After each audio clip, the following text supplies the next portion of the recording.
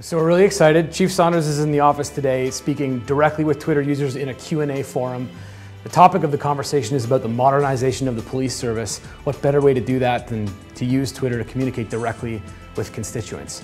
This is the first time we're going to have a chief of police in Canada doing this Q&A format. We're extremely excited. This stuff trends pretty quickly. There's lots that we expect to have happen. It's going to go really well.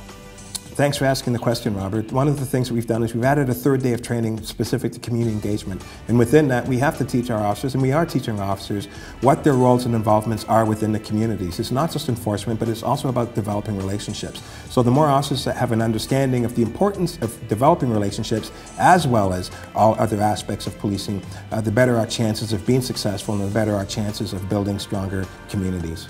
So the topic of conversation today was the modernization of the police service. What better way to do it than to use Twitter? What an efficient way of communication. We got lots of great insight, really great questions were answered. Jared, a fair question, and the weapons that we have, the C8 weapons, are used for calls that involve firearms. This year alone, we've seized close to 500 firearms. There's a gunplay that is going out there in the city. The zero harm, no death comes with how we deal with people that live with mental health issues. And with that, it talks about de-escalation and using less lethal weapons such as the sock round and other things like that. So the two different entities, one is for the enforcement, the other is for dealing with people that live with mental health issues.